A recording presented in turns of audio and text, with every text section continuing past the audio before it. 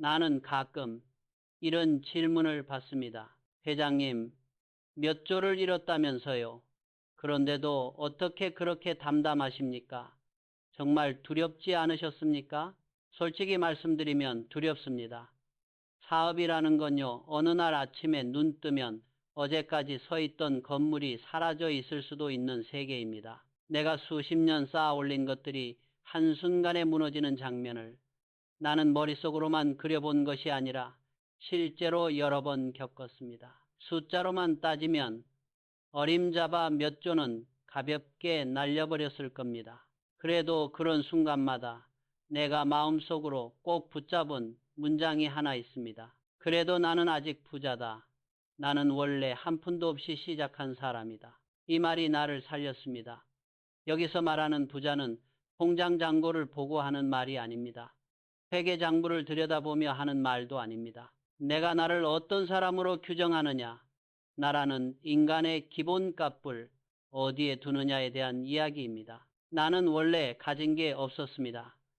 집안이 화려한 것도 아니었고 유학을 다녀온 것도 아니고 명문대를 제대로 졸업한 것도 아닙니다. 넉넉한 지원도 든든한 백도 없었습니다. 어쩌면 지금 이 영상을 보고 계신 많은 분과 비슷했을지도 모릅니다. 전세금을 겨우 맞추고 자식들 학원비 걱정하고 가게 월세 걱정을 하다가 IMF 때, 금융위기 때, 코로나 때 한 번씩 크게 무너져 보신 분들, 저도 다르지 않았습니다. 그럼에도 불구하고 내가 여기까지 올 수 있었던 이유는 거창한 비법이 있어서가 아닙니다. 단 하나의 차이였습니다. 안 된다는 생각을 오래 붙잡지 않았다는 것. 어려움을 겪을 때마다 나도 남들처럼 똑같이 불안합니다. 잠이 오지 않고 가슴이 두근거립니다. 내일 아침에 회사 문을 제대로 열 수 있을까? 직원들 월급은 나갈까?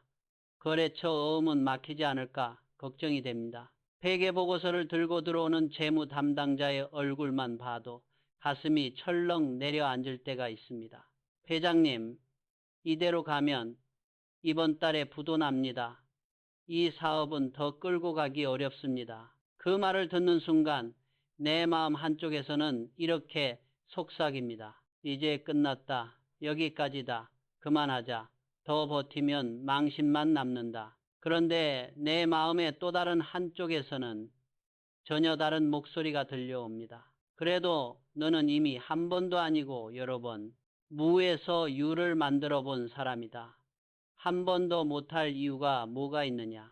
나는 이 두 목소리 중에서 어느 쪽을 더 오래 들을지 의식적으로 선택했습니다. 가만히 두면 사람 마음은 이상하게도 항상 더 어두운 쪽, 더 극단적인 쪽으로 기울어집니다. 나이 들어갈수록, 실패를 겪을수록 더 그렇습니다.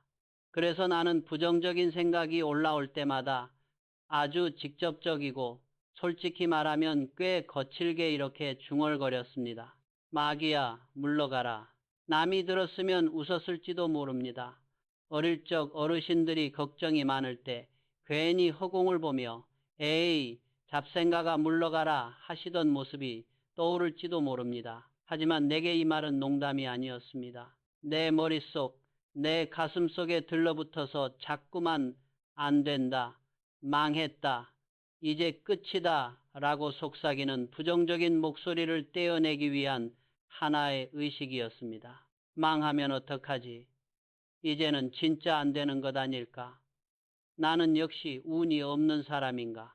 이런 생각이 얼굴을 들기 시작하면 나는 일부러 그 생각보다 더 큰 목소리로 되받아쳤습니다. 나는 한 푼도 없이 시작해서 여기까지 왔다. 몇 조를 잃어도 다시 만들 수 있는 사람이다. 내 인생의 운은 여기서 끝나지 않는다. 나이가 들어가면 이런 말이 유치하게 들릴 수도 있습니다. 이 나이에 무슨 긍정이냐.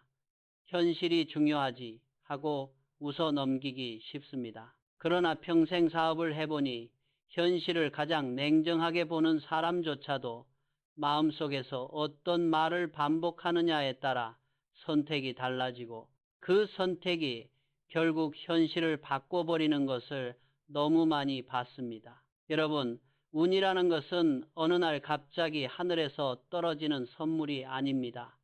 내 경험으로 보면 운은 항상 우리 곁을 맴도는 것 같습니다. 다만 어떤 사람은 그 운을 못 보고 흘려보내고 어떤 사람은 끝까지 버티다가 그 운을 자기 쪽으로 끌어당깁니다. 나는 후자가 되기로 마음먹었습니다. 그래서 회사가 가장 어려울 때일수록 나는 내 안의 말을 더 철저하게 관리했습니다. 임원들이 안 됩니다 라고 말할 때에도 내 안에서는 그래도 될 수도 있다는 한 줄기를 끝까지 붙잡았습니다. 우리는 이제 끝났습니다 라고 말하는 사람들 사이에서도 나는 늘 이렇게 물었습니다. 정말로 끝난 것인가? 아니면 우리가 아직 해보지 않은 방법이 남아있는가? 겉으로 보기에는 이 차이가 아주 사소해 보입니다. 그러나 실제로는 기업의 운명을 갈라놓습니다. 그리고 사람 인생의 방향도 완전히 달라집니다. 나는 젊었을 때부터 한 가지 원칙을 세웠습니다. 현실을 피하지는 않되 현실보다 먼저 무너지는 생각은 절대 용납하지 않는다. 빚이 있으면 있는 그대로 숫자를 봅니다. 재무 상태가 엉망이면 인정합니다. 잘못한 투자라면 감정 섞지 않고 정리합니다. 이건 머리로 하는 일입니다. 종이에 쓰고 지우고 계산기를 두드리는 일이지요. 하지만 그 과정 속에서 나는 안 되는 사람이다. 나는 원래 이 정도밖에 안 되는 놈이다. 라고 나 자신을 규정하는 순간 그때부터 무너지는 것은 머리가 아니라 영혼입니다. 영혼이 무너지면 숫자를 아무리 잘 맞춰도 계획표를 아무리 촘촘히 짜도 결국 다시 무너집니다. 나는 이 점이 너무 두려웠습니다. 그래서 일부러 의식적으로 나 자신에게 이렇게 말했습니다. 나는 실패한 적은 있어도 실패자로 끝나본 적은 없다. 여기에는 아주 큰 차이가 있습니다. 실패한 적이 있는 사람은 넘어져 본 사람은 다시 일어설 수 있습니다.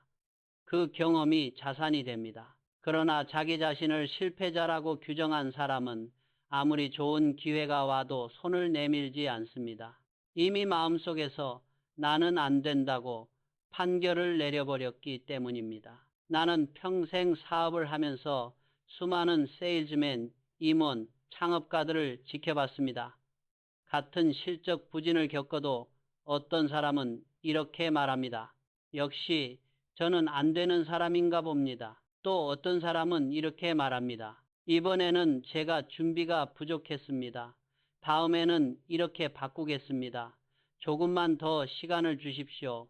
저는 끝까지 해보겠습니다. 나는 늘 두 번째 사람을 선택했습니다. 당장 실력은 조금 부족할지 몰라도 시간이 지나면 반드시 더 크게 성장하기 때문입니다. 사람은 누구나 늦게 피는 시기가 있고 나이가 들어서도 새로운 기회를 만날 수 있습니다. 중요한 건 지금 이 순간 자기 입에서 나오는 말입니다. 나 자신을 대하는 태도도 똑같았습니다. 너는 왜 이것밖에 못하느냐 라고 스스로를 깎아내리는 대신 이렇게 말해주려고 노력했습니다. 너는 아직 이 정도까지밖에 못 왔다. 그러나 더 갈 수 있는 사람이다. 이게 바로 내가 나 스스로에게 지켜주고 싶었던 최소한의 예의였습니다. 나이가 들수록 세상은 우리를 함부로 평가합니다. 은퇴하면 됐지. 이제 뭘 더 하겠냐. 그 나이에 다시 시작이 가능하겠냐. 이런 말들이 귀에 자꾸 들어옵니다. 그럴수록 적어도 내 귀에는 내 입으로 그래도 나는 아직 갈 길이 남아있는 사람이다 라는 말을 들려줘야 합니다. 여러분, 돈은 겉으로는 숫자처럼 보이지만 실제로는 사람의 생각과 말에 반응하는 생물 같습니다. 항상 나는 안 된다, 우리 집안은 안 된다 라고 말하는 사람 주변에는 이상하게도 기회도 사람도 돈도 오래 머물지 않습니다. 왜냐하면 그 사람 스스로가 자기 인생의 문을 안에서 걸어 잠그고 있기 때문입니다. 반대로 아무리 어려워도 그래도 해보자, 한 번 더 일어나 보자 라고 말하는 사람에게는 신기하게도 작은 기회들이 끊이지 않고 들어옵니다. 평생 살아보니 그게 다 운 때문만은 아니었습니다. 말과 생각이 운을 불러들이는 통로가 되었기 때문입니다. 나는 오늘 여러분께 거창한 경영 이론을 말하고 싶은 것이 아닙니다. 그저 한 사람의 사업가로서 수없이 넘어졌다가 다시 일어나 본 사람으로서 이 한마디만은 꼭 전하고 싶습니다. 부정적인 생각을 그대로 내버려 두면 언젠가 그 생각이 여러분의 인생을 대신 살아버립니다. 그러니 제발 여러분 자신의 마음속에서 올라오는 그 부정적인 목소리와 싸우십시오. 필요하다면 나처럼 속으로라도 이렇게 외치십시오. 마귀야, 물러가라. 나는 아직 끝나지 않았다. 나는 다시 만들 수 있는 사람이다. 이렇게 생각하고 이렇게 말하는 순간부터 여러분의 인생은 아주 조금씩 그러나 분명히 다른 방향으로 움직이기 시작할 것입니다. 그리고 언젠가 여러분도 지금의 나처럼 고백하게 될지도 모릅니다. 나는 몇 번이나 넘어졌지만 그래도 여전히 부자다. 왜냐하면 나는 다시 시작할 마음을 잃어버린 적이 없기 때문이다. 사업을 하면서 나는 수없이 많은 사람을 만났습니다. 뛰어난 사람도 평범한 사람도 문제를 안고 있는 사람도 다 만났습니다. 그런데 시간이 지나면서 사람을 볼 때 제일 먼저 보게 되는 기준이 하나 생겼습니다. 그건 스펙도 학력도 경력도 아니었습니다. 입에서 제일 먼저 나오는 말이 된다인가 아니면 안 된다인가. 이 차이는 생각보다 훨씬 큽니다. 처음에는 별거 아닌 것처럼 보입니다. 회의 자리에서 그건 안 됩니다 라고 말한다고 해서 그 사람이 나쁜 사람인 건 아닙니다. 오히려 분석적으로 위험을 지적하는 건 조직에 꼭 필요한 역할이기도 합니다. 문제는 내용이 아니라 습관입니다. 무슨 얘기만 나오면 자동적으로 거의 반사적으로 이렇게 말하는 사람들이 있습니다. 그건 구조적으로 어렵습니다. 우리 회사 체질상 안 맞습니다. 시장 상황이 안 받쳐줍니다. 말 하나하나는 틀린 말이 아닐 수 있습니다. 그런데 이상하게도 그런 말만 입에 달고 사는 사람 주위에서는 새로운 기회가 자꾸 시들어버립니다. 나는 실제로 그런 사람들 때문에 여러 번 속이 까맣게 타들어갔습니다. 어느 날 새로운 사업 아이템을 두고 임원 회의를 한 적이 있습니다. 나는 해외에서 직접 보고 들은 것들을 바탕으로 이렇게 말했습니다. 이 시장은 앞으로 반드시 커진다. 우리가 지금부터 준비해야 한다. 그러자 곧바로 이런 말들이 쏟아졌습니다. 회장님, 그 시장은 이미 선발주자가 너무 강합니다. 우리 회사 브랜드 이미지와 맞지 않습니다. 설비 투자 대비 수익성이 바로 안 나옵니다. 소비자 인식 바꾸는 데만 해도 수년이 걸립니다. 모두 일리가 있는 말입니다. 그래서 내가 조용히 이렇게 물었습니다. 그래, 좋다. 그러면 할 수 있는 이유는 무엇인가? 회의실이 조용해졌습니다. 아무도 입을 열지 않았습니다. 그때 나는 한 가지를 분명히 깨달았습니다. 분석은 넘쳐나는데 되게 만들 생각은 사라지고 있구나. 조직이 커질수록 이 병이 더 심해집니다. 실패를 두려워해서 책임지기 싫어서 모두가 점점 조심스러워집니다. 그러다 보니 가장 안전해 보이는 말, 책임을 피하기 좋은 말만 선택합니다. 그 말이 바로 안 됩니다입니다. 안 됩니다라고 해두면 나중에 일이 틀어져도 이렇게 말할 수 있습니다. 그래서 제가 그때 반대했지 않습니까? 반대로 됩니다. 제가 한번 맡아보겠습니다. 라고 말하는 순간 그 사람은 결과에 책임을 져야 합니다. 실패하면 욕도 먹을 수 있습니다. 그래서 대부분은 한 발 뒤로 물러섭니다. 눈치를 보고 분위기를 살피고 남들의 표정을 읽습니다. 나는 그런 사람들을 보면서 속으로 이렇게 생각했습니다. 저 사람은 회사의 리스크를 줄이는 것이 아니라 기회의 가능성까지 잘라내고 있구나. 사업이라는 것은 원래 100% 안전한 길이 없습니다. 언제나 리스크를 안고 가야 합니다. 중요한 건 위험이 있느냐 없느냐가 아니라 그 위험 속에서 무엇을 선택하느냐입니다. 실제로 경제 데이터를 보면 새로운 도전을 꺼리는 문화는 숫자로도 드러납니다. OECD 조사에 따르면 많은 나라에서 중장년층은 청년층보다 창업 의지가 낮게 나타납니다. 실패했을 때 다시 일어설 수 있을지에 대한 불안, 노후 자산을 잃을지도 모른다는 두려움 때문입니다. 하지만 같은 통계에서 한 번 실패를 경험한 후에도 다시 도전한 사람들의 소득이 장기적으로는 더 높은 경향을 보이는 국가들도 있습니다. 실패를 끝으로 보는가 아니면 과정으로 보는가에 따라 인생 궤적이 완전히 달라지는 것입니다. 나는 평생 동안 나에게 안 됩니다라고 말한 사람보다 됩니다, 한번 맡겨주십시오라고 말한 사람을 훨씬 더 높게 평가했습니다. 능력이 조금 부족해도 괜찮았습니다. 능력은 키워줄 수 있습니다. 하지만 생각과 태도는 남이 대신 바꿔줄 수 없습니다. 어느 젊은 간부가 있었습니다. 회의 자리에서 거의 혼자다시피 내 의견에 찬성하던 친구였습니다. 회장님, 지금은 조건이 나쁜 건 맞습니다.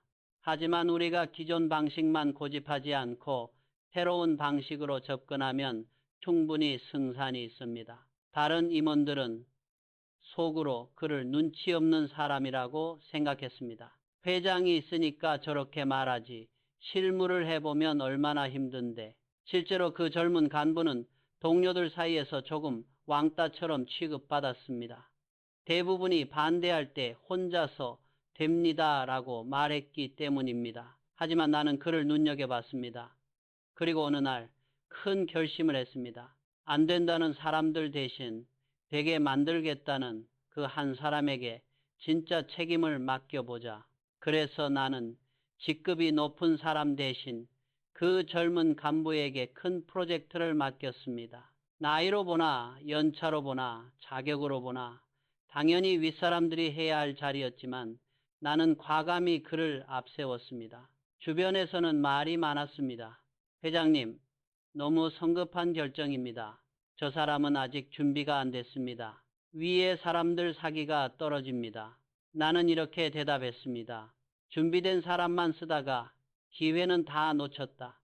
이제는 준비를 하면서 같이 뛰어볼 사람을 쓰겠다. 그 프로젝트는 초반에 수많은 시행착오를 겪었습니다. 매출이 기대만큼 빨리 나오지도 않았고 내부 반발도 만만치 않았습니다. 실패했다는 말이 나올 법한 순간들이 여러 번 있었습니다. 그런데도 그 젊은 간부는 회의 때마다 같은 말을 반복했습니다. 회장님, 아직 방법을 다 쓴 게 아닙니다. 조금만 더 시간을 주십시오. 우리가 이렇게 바꿔보겠습니다. 나는 그 태도를 보며 확신했습니다. 이 사람은 설령 이번에 실패하더라도 다음에 또 일어날 사람이다. 결과는 어땠을까요? 시간이 지나면서 그 사업은 회사의 중요한 축이 되었습니다. 숫자도 따라왔고 사람들도 따라왔습니다. 처음에 반대하던 임원들까지 나중에는 이렇게 말했습니다. 회장님, 그때 정말 잘 결정하셨습니다. 그러나 나는 알고 있었습니다. 진짜 잘한 사람은 처음부터 됩니다라고 말한 그 한 사람이라는 것을. 여러분, 조직에서 제일 무서운 사람은 실수하는 사람이 아닙니다. 가장 위험한 사람은 매번 정확한 분석만 내놓고 한 번도 책임지는 결정을 하지 않는 사람입니다. 위험합니다라는 말은 누구나 할 수 있습니다. 뉴스만 봐도, 보고서만 읽어도, 조금만 머리를 쓰면 안 되는 이유는 얼마든지 찾을 수 있습니다. 하지만 되게 만들 이유를 찾는 사람, 그 책임을 지겠다고 나서는 사람은 정말 드뭅니다. 나는 그런 사람과 일하고 싶었습니다. 그리고 실제로 그런 사람들이 회사를 살리고 시대를 바꾸고 자신의 인생도 바꾸는 것을 눈으로 보았습니다. 그래서 나는 스스로에게도 아주 엄격한 기준을 적용했습니다. 네가 회장이라는 자리에 앉아서 안 된다는 말부터 먼저 꺼내기 시작하면 그날부터 이 회사는 쇠퇴하기 시작한다. 회장이 안 된다고 말하는 순간 그 아래에 있는 사람들은 그 말을 기준으로 움직입니다. 새로운 아이디어를 내는 대신 눈치를 보게 됩니다. 실패를 두려워해 아무것도 하지 않게 됩니다. 나는 그런 회장이 되고 싶지 않았습니다. 그래서 위기가 닥칠 때일수록, 임원들이 불안해할 때일수록 나는 내 입을 더 조심했습니다. 마음속에서는 나도 두려운데 그래도 입으로는 이렇게 말하려고 노력했습니다. 좋다. 위험한 건 알겠다.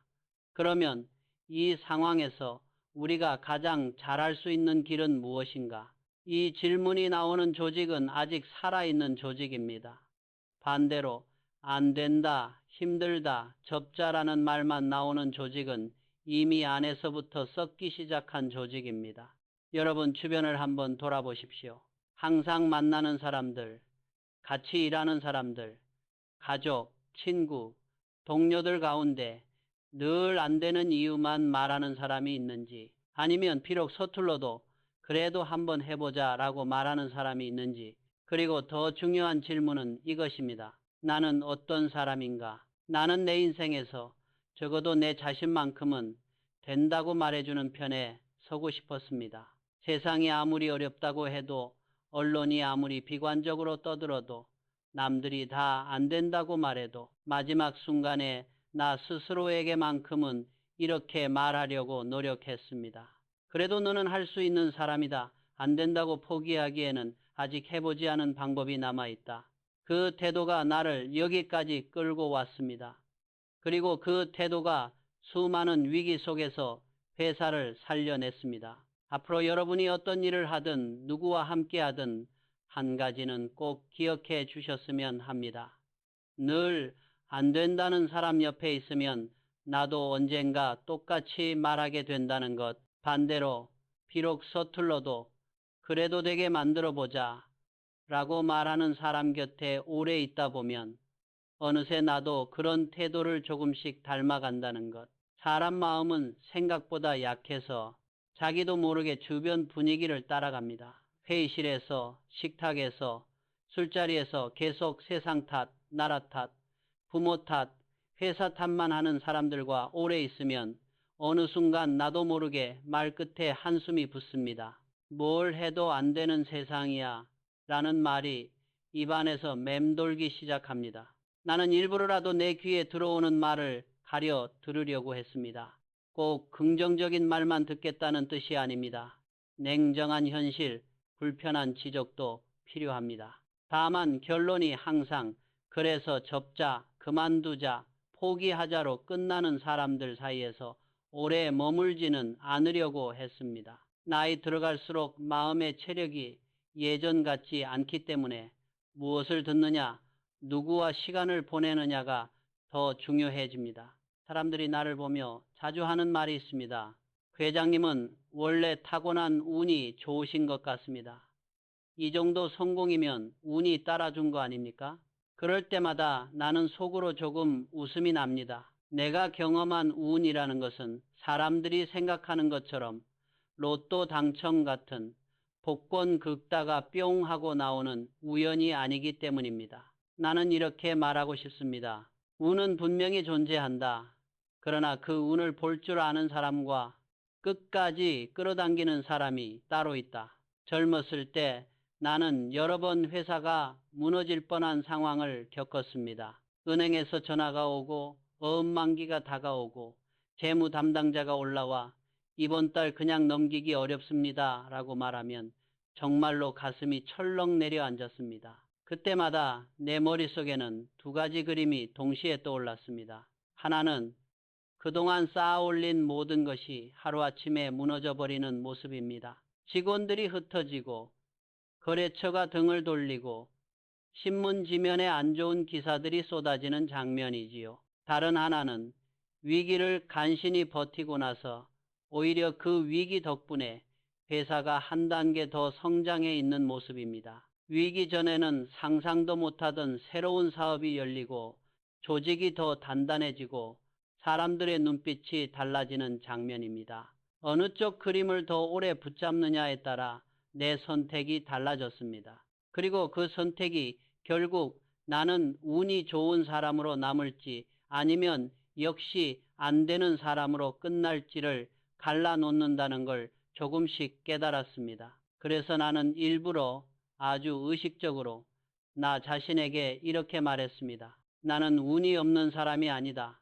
다만 아직 그 운을 다 쓰지 않았을 뿐이다.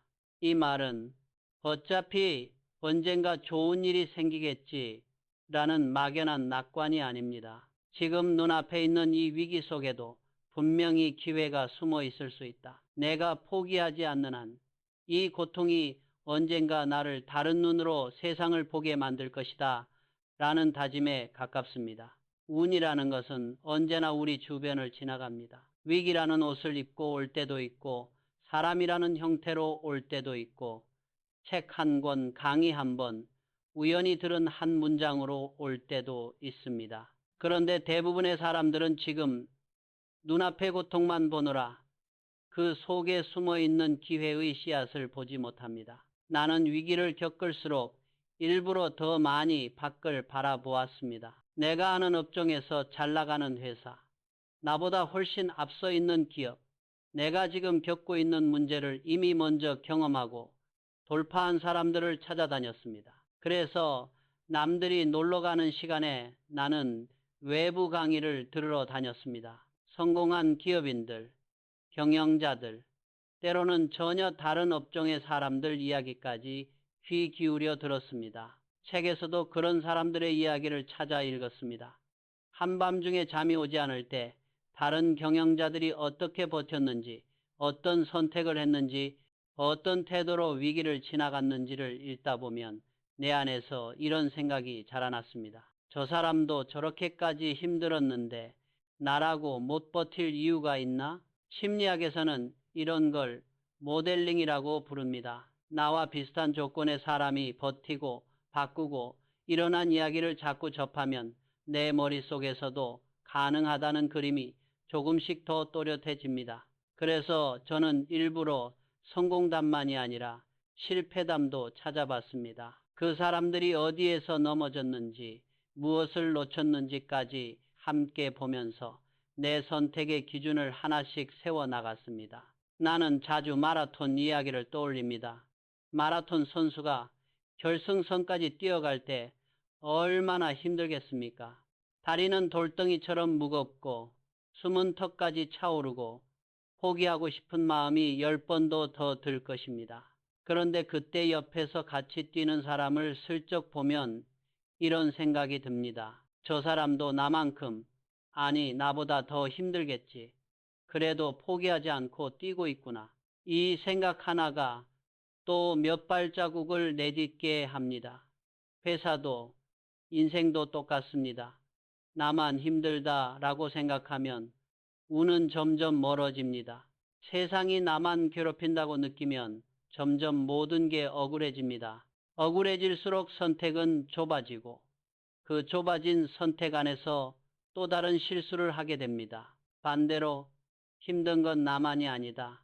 하지만 나는 이 힘듦을 통해 남들과 다른 눈을 가지겠다라고 마음먹으면 똑같은 고통 속에서도 운이 들어올 수 있는 통로가 열립니다. 나는 회사가 제일 힘들 때일수록 스스로에게 이렇게 말했습니다. 그래서 회장이 있는 거다. 이 어려운 순간을 해결하라고 네가 이 자리에 앉아 있는 거다. 그리고 또 한마디를 덧붙였습니다. 나는 운이 좋은 사람이다. 지금 이 위기가 지나고 나면 분명히 더 좋은 길이 열릴 것이다. 다만 그때까지 포기하지 않고 버티는 사람이 그 길을 보게 된다. 이건 단순한 자기 위로가 아닙니다. 선택을 위한 기준입니다. 나는 운이 없는 사람이다 라고 믿는 사람은 위기를 만나면 대개 이렇게 행동합니다. 시도하기 전에 포기합니다. 조금만 힘들어지면 멈춥니다.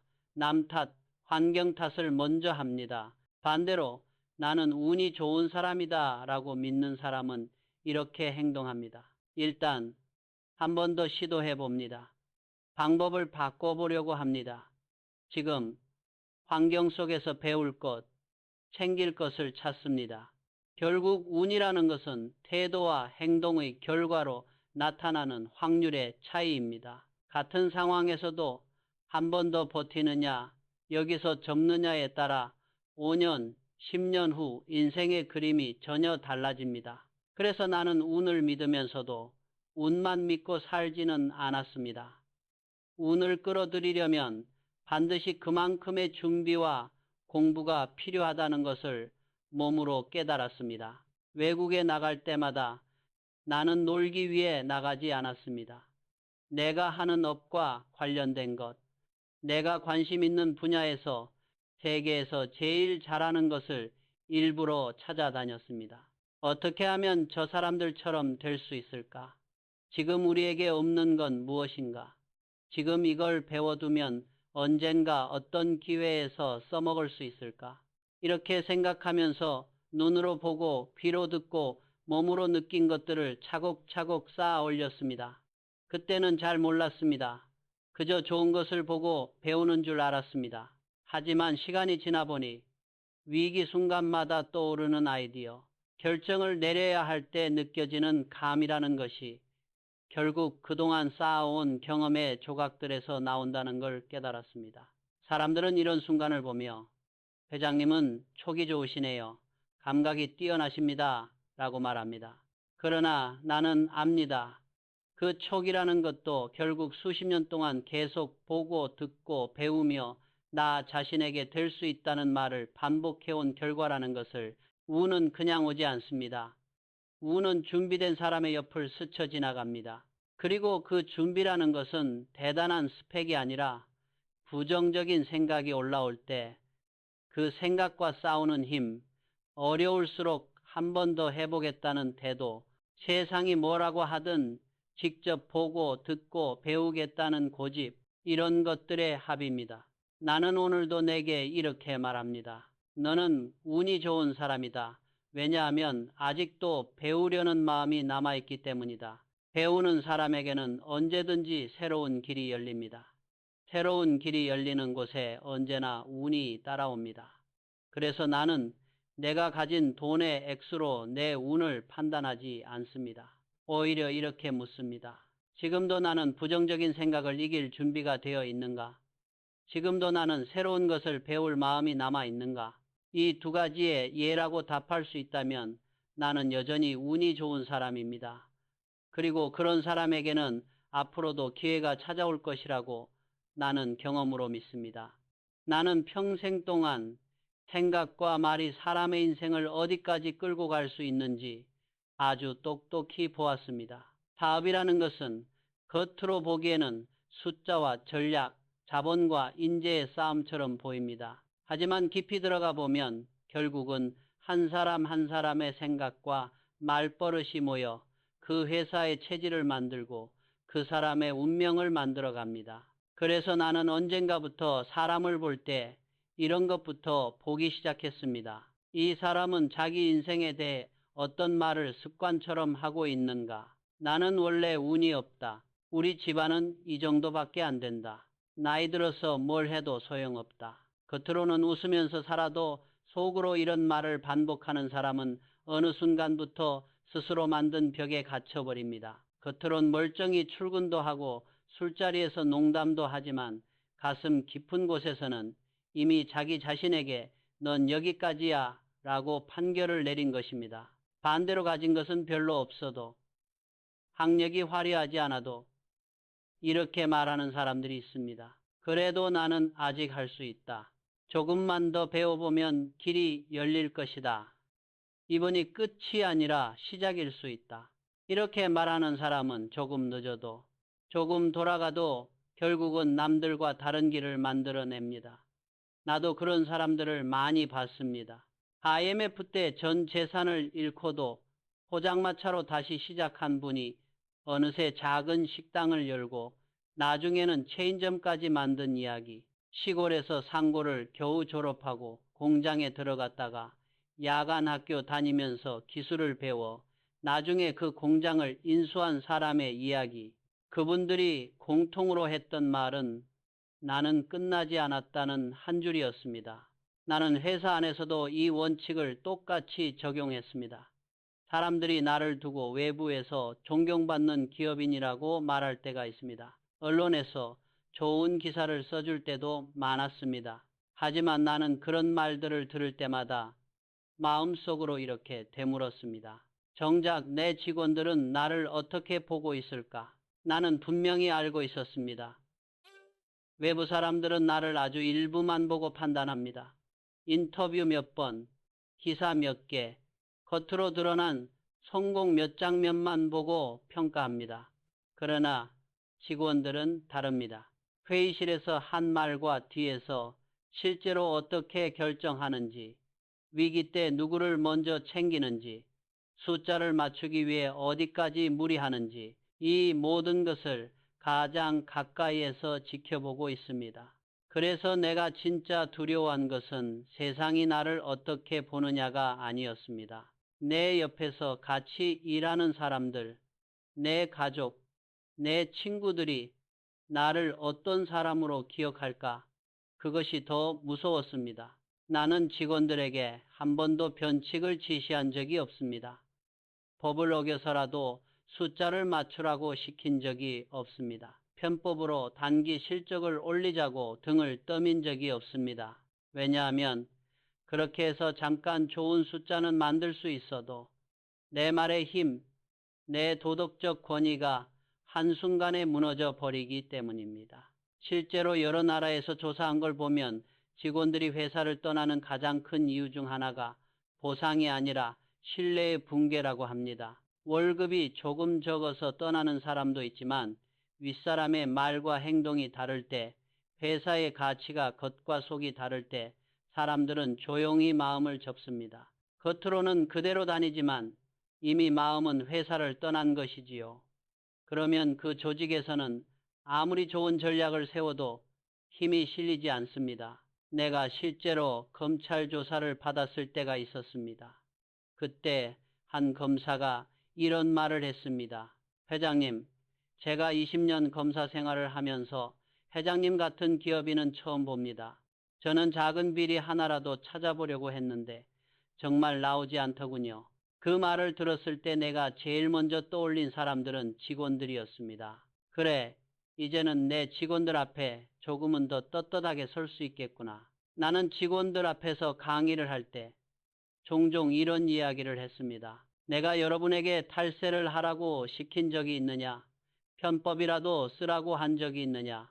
그리고 이렇게 덧붙였습니다. 내가 여러분에게 하지 말라고 한 일은 나도 하지 않았다. 말은 누구나 할 수 있습니다. 우리는 깨끗해야 합니다. 우리는 정직해야 합니다.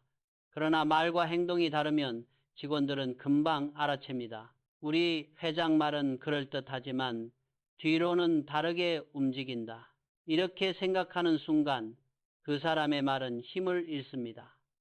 아무리 마이크 앞에서 좋은 말을 100번 해도 듣는 사람의 가슴에는 들어가지 않습니다. 말의 힘은 어디에서 나오는가? 나는 이렇게 생각합니다. 말의 힘은 그 말을 하는 사람의 삶 전체에서 나온다. 내가 어떤 사람들과 오래 갈 수 있는지도 결국 여기에서 결정됩니다. 내 주변에는 내가 돈이 있을 때만 나를 찾는 사람들이 있습니다. 외부에서 칭찬을 받을 때만 내 옆에 서고 싶어하는 사람들도 있습니다. 성공했을 때, 스포트라이트를 받을 때 옆에 서 있는 건 그리 어렵지 않습니다. 하지만 진짜 소중한 사람은 언제 드러나는가? 내가 어려울 때, 내가 남들에게 욕을 먹고 있을 때, 나의 약점이 드러날 때도 떠나지 않는 사람입니다. 나는 내 인생에서 그런 사람들이 몇 명이나 되는지 늘 스스로에게 물었습니다. 내가 어려울 때 내 곁에 남아있을 사람은 누구인가? 그 질문에 솔직하게 답해보면 내가 그동안 어떻게 살아왔는지 어느 정도 보입니다. 말은 거짓말을 할 수 있습니다. 그러나 시간은 거짓말을 하지 않습니다. 시간이 지나면 누가 진짜였는지, 누구의 말에 힘이 있었는지 반드시 드러납니다. 그래서 나는 내 말버릇을 아주 중요하게 여겼습니다. 첫째, 내 인생과 내 성공을 운 탓이나 환경 탓으로만 돌리지 않으려고 했습니다. 나는 시대를 잘 만났다. 좋은 사람을 만나서 운이 좋았다. 물론 이런 요소들도 있습니다. 누구나 시대의 도움을 받기도 하고 좋은 인연을 만나기도 합니다. 하지만 이런 말만 너무 자주 하다 보면 어느 순간부터 나 자신을 우연의 산물로 만들어버립니다. 그러면 책임을 지는 대신 운이 걷어가면 어쩔 수 없지 하고 손을 놓게 됩니다. 그래서 나는 이렇게 말하려고 했습니다. 나는 운이 좋았다. 그러나 그 운이 왔을 때 잡을 준비를 하고 있었다. 둘째, 내 실패를 숨기지 않으려고 했습니다. 나는 한 번도 실패해 본 적이 없다. 이런 말은 듣기에는 멋있지만 현실에서는 아주 위험한 말입니다. 실패를 숨기는 사람은 다음 실패도 숨깁니다. 그러다 결국 아무도 도와줄 수 없는 지경까지 가버립니다. 나는 오히려 몇 조를 날렸는지, 얼마나 부도 위기에 섰었는지 스스로 직접 이야기했습니다. 술자리에서 무용담처럼 자랑하려고 한 게 아니라 그 위기에서 그래도 다시 일어설 수 있었던 이유가 무엇인가를 함께 나누기 위해서였습니다. 그 답을 나는 내 생각과 말, 태도에서 찾았습니다. 셋째, 자기 자신을 향한 말부터 바꾸려고 했습니다. 나는 왜 이것밖에 안 되나? 나는 항상 부족하다. 이런 말을 나 자신에게 하면 겸손해 보일지 모르지만 사실은 나를 갉아먹는 말입니다. 나이 들어가면서 스스로를 깎아내리는 말을 습관처럼 하다 보면 어느 순간 진짜로 몸도 마음도 그 말에 맞춰 작아집니다. 그래서 나는 이렇게 바꿔 말했습니다. 나는 아직 갈 길이 남아있는 사람이다. 아직 배울 것이 남아있기 때문에 더 성장할 여지가 있다. 이 말은 자기를 포기하는 말이 아니라 자기를 앞으로 밀어주는 말입니다. 나를 꾸짖기 전에 나를 한 번 더 믿어주는 태도입니다. 나는 지금도 확신합니다. 생각과 말은 결국 인생의 설계도입니다. 어떤 설계도를 가지고 공장을 지으면 그 공장은 그 도면 안에서만 움직일 수 있습니다. 인생도 마찬가지입니다. 늘 나는 안 된다. 우리 집은 안 된다. 이 나이에 뭘 하겠느냐고 말하는 사람은 자기 인생의 도면을 아주 좁게, 아주 낮게 그려놓은 것입니다. 반대로 나는 아직 할 수 있다. 조금 늦었을 뿐이다. 오늘부터라도 제대로 해보자고 말하는 사람은 자기 인생의 도면을 조금씩, 그러나 확실히 더 넓게, 더 깊게 그려가는 것입니다. 그리고 그 도면대로 행동하고 선택하고 버티다 보면 어느 순간 주변 사람들이 이렇게 말하게 됩니다. 저 사람은 참 운이 좋은 사람이다. 하지만 나는 알고 있습니다. 그 운은 어느 날 갑자기 나타난 것이 아니라 그 사람이 평생 동안 해온 생각과 말의 결과라는 것을 여러분, 오늘 여러분이 스스로에게 건네는 한마디가 10년 후, 20년 후 여러분의 인생을 설계하고 있다는 사실을 잊지 않으셨으면 합니다. 남들이 여러분에게 뭐라고 말하든 적어도 여러분 자신만큼은 스스로에게 너무 싼 값의 말, 포기하는 말, 자신을 깎아내리는 말을 쉽게 쓰지 않으셨으면 합니다. 그 한마디가 여러분 인생의 방향을 아주 조금씩 그러나 분명히 바꾸고 있기 때문입니다. 나는 사업을 하면서 한 가지를 아주 뚜렷하게 느꼈습니다. 사람은 결국 스토리에 끌린다는 것입니다. 숫자, 스펙, 기능, 원가, 이 모든 것도 물론 중요합니다. 엑셀 파일을 열어보면 그 숫자들이 회사를 살리기도 하고 때로는 벼랑 끝으로 몰고 가기도 합니다. 그런데 정작 사람들의 마음을 움직이고 그 마음이 지갑과 시간, 신뢰를 내어주게 만드는 건 언제나 이야기였습니다. 그래서 나는 제품을 볼 때도 사람을 볼 때도 회사 전체를 볼 때도 늘 이런 질문을 던졌습니다. 이 안에는 어떤 스토리가 담겨 있는가? 어느 날 우리 계열사 중 하나에서 주방용 칼을 수입해다 팔고 있었습니다. 처음에는 조금씩 팔리는 것 같더니 어느 순간부터 판매가 완전히 멈춰버렸습니다. 담당 사장이 와서 이렇게 말했습니다. 회장님, 이 칼이 처음엔 좀 나가다가 요즘은 거의 안 팔립니다. 그래서 가격을 10만 원에서 5만 원으로 낮췄다가 지금은 2만 원까지 내렸는데도 여전히 잘 안 팔립니다. 나는 그 말을 듣고 잠깐 생각을 했습니다. 그리고 이렇게 물었습니다. 이 칼이 다른 칼하고 뭐가 그렇게 다른데? 사장은 기능을 설명하기 시작했습니다. 잘 들고요. 재질도 좋고요. 해외에서 유명한 브랜드고요. 녹도 잘 안 슬고요.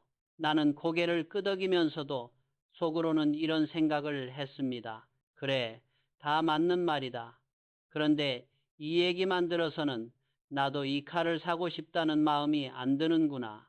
우리가 물건을 살 때를 생각해 보면 알 수 있습니다. 냉장고, TV, 휴대폰, 심지어 라면 한 봉지를 살 때도 사람들은 단순히 기능만 보고 선택하지 않습니다. 우리 집에는 이게 잘 맞겠다. 이 브랜드는 오래 썼더니 믿을만 하더라. 이건 한번 사두면 오래 쓴다더라. 같은 이야기가 마음속에 하나씩 붙어 있습니다. 경제학에서는 이런 걸 브랜드 자산이라고 부르고 마케팅에서는 스토리텔링이라고 부릅니다. 하지만 거창한 말로 포장해도 결국은 한 가지입니다. 이 물건이 내 삶 속에서 어떤 이야기를 만들어 줄 것인가. 그래서 나는 그 자리에서 사장에게 이렇게 말했습니다. 기능 설명은 잠깐 내려놓고 이렇게 한번 이야기해봐라. 이 칼을 한번 사시면 며느리 때까지 칼을 안 사셔도 됩니다. 사장이 웃더군요. 약간 과장 같기도 하고 옛날식 장사꾼 멘트 같기도 했을 겁니다. 그래서 나는 말을 이었습니다. 사람이 칼을 사면서 제일 듣고 싶은 말은 이 칼이 얼마나 유명한가가 아니다. 이 칼을 사면 내 삶이 얼마나 편해지는가, 얼마나 오래 쓸 수 있는가, 내가 믿고 써도 되는가이다. 그걸 단 한 줄로 보여주는 말이 바로 며느리 때까지 칼을 안 사셔도 된다는 말이다. 그리고 한 줄을 더 붙였습니다. 또 이렇게 말해라. 이 칼을 한번 쓰고 나면 다른 칼은 못 쓸 겁니다. 만약 마음에 안 드시면 언제든지 반품하십시오. 이 짧은 문장 속에는 세 가지가 들어 있습니다. 첫째, 자신감. 다른 칼은 못 쓸 겁니다. 둘째, 책임. 마음에 안 들면 반품하십시오. 셋째, 시간의 이미지. 며느리 때까지 안 사셔도 됩니다. 이게 바로 스토리입니다. 그냥 기능을 나열하는 것이 아니라 그 물건을 쓰는 사람의 하루, 그 사람의 미래까지 함께 그려보면서 한 문장, 한 문장을 만드는 것입니다. 실제로 소비자 조사에서도 재미있는 결과가 많이 나옵니다. 숫자와 기능을 상세히 설명해 준 그룹보다 이 제품을 사용했을 때 당신의 생활이 어떻게 달라지는지를 이야기로 들려준 그룹에서 만족도와 재구매 의사가 더 높게 나오는 경우가 많습니다. 사람은 논리로 설득당하는 것 같아도 마지막에 결정을 누르는 힘은 감정에서 나오는 경우가 많습니다. 그리고 그 감정을 움직이는 것이 바로 이야기입니다. 나는 그 사장에게 다시 한번 강조했습니다. 이제부터는 이 칼이 얼마나 잘 드는가가 아니라 이 칼을 쓰는 사람이 어떤 하루를 살게 되는가를 말해보라. 사람은 이런 스토리를 들을 때 비로소 상상을 하게 됩니다. 아, 내가 이 칼을 쓰면 매일 부엌에서 칼 걱정은 하지 않아도 되겠구나. 며느리에게까지 물려줄 정도면 정말 괜찮은 칼이겠구나. 이 상상이 생기는 순간 그 사람은 단순한 소비자가 아닙니다. 그 제품의 이야기 속 주인공이 됩니다. 물건을 산다는 것은 결국 내 삶의 어느 한 구석에 새로운 장면을 들여오는 일입니다. 그 장면이 선명하게 그려질수록 사람들은 기꺼이 지갑을 엽니다. 나는 이 원리가 칼 한 자루를 파는 데만 통한다고 생각하지 않습니다.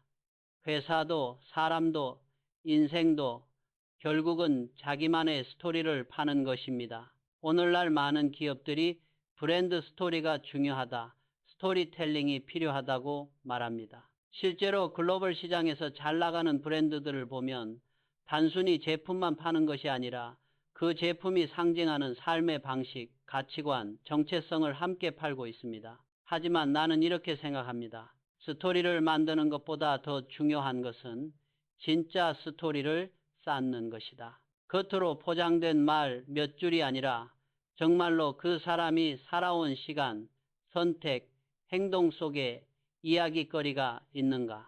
입으로는 정직, 신뢰, 고객 우선을 말하면서 실제로는 단기 이익을 위해 사람을 버리고 약속을 어긴다면 그 회사에는 진짜 스토리가 없습니다. 말과 현실이 너무 다르기 때문에 아무리 광고를 잘 만들어도 사람들 마음에 오래 남지 않습니다. 우리 인생도 마찬가지입니다.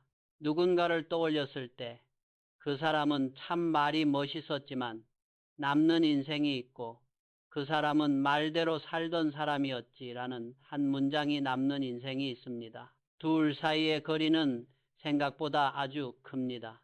여러분 스스로를 한번 떠올려 보셨으면 합니다. 지금 내 인생에는 어떤 이야기가 쌓이고 있는가? 내 자식, 내 손주가 언젠가 나를 떠올릴 때 어떤 한 문장으로 나를 설명할까? 칼을 팔더라도 며느리 때까지 칼을 안 사셔도 됩니다. 라고 말할 수 있을 정도의 책임과 진심이 담긴 문장을 붙이는 것. 작은 가게를 하나 운영하더라도 저 집은 돈이 조금 더 들어도 믿고 갈 수 있는 집이야 라는 이야기가 돌게 하는 것. 이게 바로 인생의 스토리를 쌓는 일입니다. 우리가 매일 하는 말, 매일 하는 선택들이 모여서 언젠가 우리 인생을 설명해 줄 한 줄짜리 문장이 됩니다. 그리고 그 문장은 결코 공짜로 만들어지지 않습니다. 오늘 어떤 말을 입에 올릴지, 고객 하나를 어떻게 대할지, 가족에게 어떤 표정을 지을지, 실패 앞에서 어떤 태도를 취할지, 이 모든 것이 모여서 여러분의 스토리를 빚어갑니다. 나는 숫자만 맞추면 된다. 당장 먹고 살기 바쁜데 무슨 스토리냐고 생각하면 인생은 늘 허둥지둥 쫓기게 됩니다. 하지만 이왕이면 나중에 돌아봤을 때 부끄럽지 않은 이야기 한 편을 남겨보자고 생각하면 같은 하루라도 의미가 달라집니다. 나는 칼 한 자루를 팔 때도 작은 상품 하나를 만들 때도 그 안에 들어갈 이야기를 고민했습니다. 이 물건을 쓰는 사람이 어떤 표정을 지었으면 좋을까? 이걸 받는 사람이 어떤 말을 하게 될까? 그런 상상을 하다 보면 자연스럽게 제품의 품질, 서비스의 태도, 포장의 문구까지 달라집니다. 그것이 쌓이고 쌓여서 언젠가 사람들 입에서 이런 말이 나옵니다. 그 회사는, 그 사람은 말대로 산 사람이다. 나는 이 한 문장을 얻기 위해 평생을 걸어도 아깝지 않다고 생각했습니다. 그리고 그런 사람에게, 그런 회사에게 돈도 사람도 운도 언젠가는 반드시 한 번쯤은 찾아온다는 것을 나는 수없이 보아왔습니다. 나는 젊었을 때부터 한 가지에 집착했습니다. 지금 내가 보고 있는 이 수준이 정말 세계 최고 수준인가? 사람은 자기가 보는 만큼만 생각합니다. 동네에서 제일 잘하는 집만 보고 살면 세상의 기준이 그 정도에서 멈춰버립니다. 이 정도면 됐지 라는 생각이 너무 쉽게 찾아옵니다. 그런데 세상에는 우리가 상상도 못하는 수준으로 잘하는 사람들이 언제나 어딘가에 있습니다. 그래서 나는 기회만 나면 세계에서 제일 잘하는 곳, 제일 좋은 것을 직접 보러 가려고 했습니다. 그게 꼭 호화 여행이라는 뜻은 아니었습니다. 잠깐 출장을 가더라도 남들은 관광지를 찾을 때 나는 시장, 서점, 호텔, 미술관을 먼저 찾았습니다. 어린이 책을 만들 때도 마찬가지였습니다. 사람들이 처음에는 이렇게 말했습니다. 회장님, 어린이 책이 뭐 그렇게 대단합니까? 그냥 귀엽게 그리고 글 잘 쓰면 되지요. 나는 고개를 저었습니다. 어린이 책이야말로 한 나라의 미감과 교육 수준이 고스란히 드러나는 분야다. 그래서 외국에 갈 때마다 나는 관광지를 거의 가지 않았습니다. 일주일을 나가 있으면 일주일 내내 서점에 앉아 어린이 책만 들여다봤습니다. 영국, 프랑스, 네덜란드, 일본, 미국, 어느 나라를 가든 동네 서점, 대형 서점, 어린이 전문 서점을 가리지 않고 찾아다녔습니다. 책을 펼쳐들고 종이 질감을 만져보고 색감을 비교해보고 그림 스타일, 글자 배치, 여백의 느낌까지 하나하나 눈에 담았습니다. 어떤 나라는 색이 화려하지만 금방 질리는 느낌이었고 어떤 나라는 색은 절제되어 있는데 오래 봐도 질리지 않았습니다. 어떤 책은 그림은 예쁜데 글이 아이 마음에 와닿지 않았고 또 어떤 책은 그림이 조금 투박해도 이야기가 살아 있었습니다. 10년을 그렇게 했습니다. 그러다 보니 어느 순간부터는 책을 한 권 딱 펼쳐보기만 해도 이게 대충 어떤 수준인지, 어디가 좋은지, 어디가 아쉬운지 한눈에 들어오기 시작했습니다. 나는 미술 전공도 아니고 디자인을 배운 적도 없습니다. 그런데 많이 본 사람에게는 어느 순간부터 보는 눈이 생깁니다. 그래서 우리 회사 일러스트 담당자들을 모아놓고 내가 직접 설명을 해주곤 했습니다. 이 그림은 색이 죽었다. 이 책은 캐릭터 표정이 살아있다. 이건 색은 좋은데 구도가 답답하다. 처음에는 다들 의아해했습니다. 회장님이 미술을 전공하신 것도 아닌데 어떻게 이런 얘기를 하시지? 그러나 사실은 아주 간단합니다. 전문가보다 더 오래, 더 많이 본 사람만이 볼 수 있는 것들이 있다는 겁니다. 나는 세계에서 제일 좋은 것만 골라서 10년, 20년 동안 눈에 담았습니다. 그렇게 쌓인 데이터가 어느 순간부터 나만의 기준이 되었습니다. 어린이 책뿐만이 아니었습니다. 외국에 나가면 나는 반드시 그 나라에서 제일 좋다고 하는 호텔을 찾아갔습니다. 꼭 그곳에서 자야 한다는 뜻은 아니었습니다. 때로는 로비에서 커피 한 잔만 마시고 나올 때도 있었습니다. 하지만 로비에 들어서는 순간 나는 몇 가지를 유심히 봤습니다. 카페 색은 어떤가? 조명은 강한가? 부드러운가? 벽에 걸린 그림은 어떤 화풍인가? 조각은 무엇을 표현하고 있는가? 꽃꽂이는 어떤 분위기를 내는가? 그리고 이렇게 생각했습니다. 이 호텔은 왜 이런 색을 선택했을까? 왜 이런 느낌의 그림을 걸어두었을까?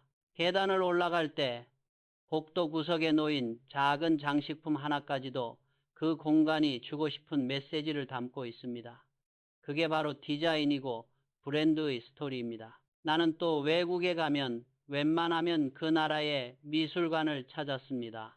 그림을 잘 알기 위해서가 아니라 사람들이 무엇을 아름답다고 느끼는지, 어떤 시대에 어떤 색과 형태를 사랑했는지 그 감각을 내 안에 쌓기 위해서였습니다. 그리고 그 나라의 전통 음식을 꼭 먹어보려고 했습니다.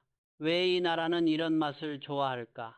이 음식에서 느껴지는 느낌이 이 나라 사람들의 기질과 닮아 있지 않을까? 이렇게 생각하면서 먹으면 한 그릇의 음식도 그냥 배를 채우는 것이 아니라 하나의 경험이 됩니다. 젊었을 땐 솔직히 잘 몰랐습니다. 그저 좋은 것들을 보고 맛있는 것을 먹고 예쁜 것을 감탄하며 지나는 줄 알았습니다. 그런데 나이가 들고 위기를 여러 번 지나고 나서야 깨달았습니다. 아, 이렇게 쌓아놓은 모든 경험이 언젠가 아이디어가 되어 돌아오는구나. 코웨이의 렌탈 사업도 그렇습니다. 많은 분들이 알고 계시듯 정수기 렌탈이라는 모델은 어느 날 하늘에서 번개처럼 떨어진 아이디어가 아닙니다. 나는 예전에 브리테니커에서 일할 때 방문 판매 방식, 할부 제도, 고가 상품을 어떻게 나누어 사람들이 부담 없이 쓰게 만드는지 몸으로 겪었습니다. 또 일본의 청소 서비스 회사, 렌탈 회사들을 보면서 물건을 팔지 않고 빌려주는 전혀 다른 비즈니스 모델을 접했습니다. 그때는 그냥 이런 방식도 있구나 하고 넘어갔을지 모릅니다. 그런데 그 경험들이 내 머리와 가슴 한 구석에 그대로 저장되어 있었습니다. IMF 때 정수기가 안 팔렸습니다. 모두가 이제 끝났다고 했습니다. 사람들 지갑이 꽁꽁 닫혔고 한 번에 큰 돈을 쓰는 걸 두려워했습니다. 그때 내 머릿속 어딘가에서 과거의 경험들이 하나씩 올라오기 시작했습니다. 사람들이 당장 목돈을 쓰는 건 부담스럽지만 매달 조금씩 내는 건 가능하지 않을까? 정수기를 소유하는 게 아니라 서비스를 구독한다고 생각하게 만들 수는 없을까? 이렇게 하나둘 떠오르던 생각들이 결국 렌탈이라는 발상으로 이어졌습니다. 사람들은 결과만 보고 말합니다. 회장님, 정말 기발한 아이디어입니다. 역시 촉이 뛰어나십니다. 하지만 나는 잘 알고 있습니다.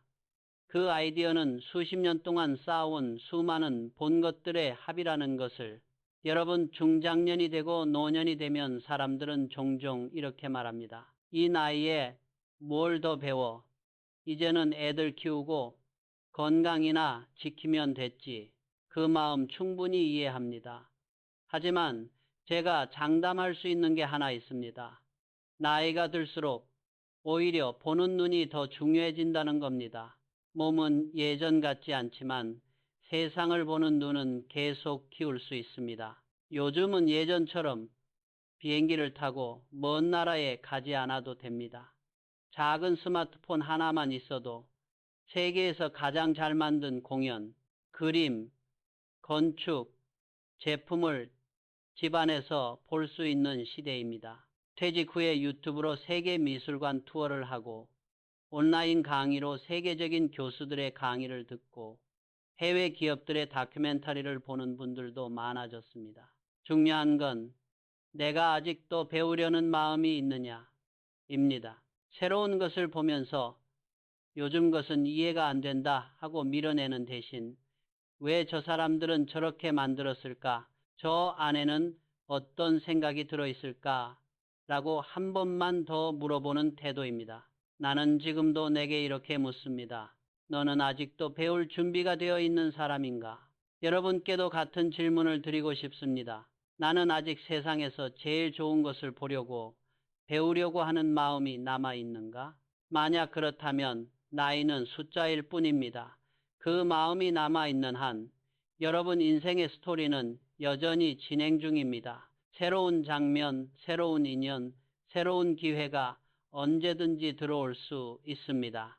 내가 평생 경험하며 얻은 결론은 단순합니다. 공부하지 않는 사람에게, 세상을 보려는 눈을 닫아버린 사람에게 진짜 의미의 운과 기회는 잘 찾아오지 않습니다. 반대로 나이가 들어서도 한 번 더 배워보자, 한 번 더 보러 가보자, 한 번 더 들여다보자 고 말하는 사람에게 세상은 묘하게도 또 다른 문을 열어줍니다. 그래서 나는 늘 이런 말을 합니다. 공부하지 않는 사람에게 창의력은 절대로 찾아오지 않는다. 여기서 말하는 공부는 책상 앞에 앉아서 시험 준비하는 공부가 아닙니다.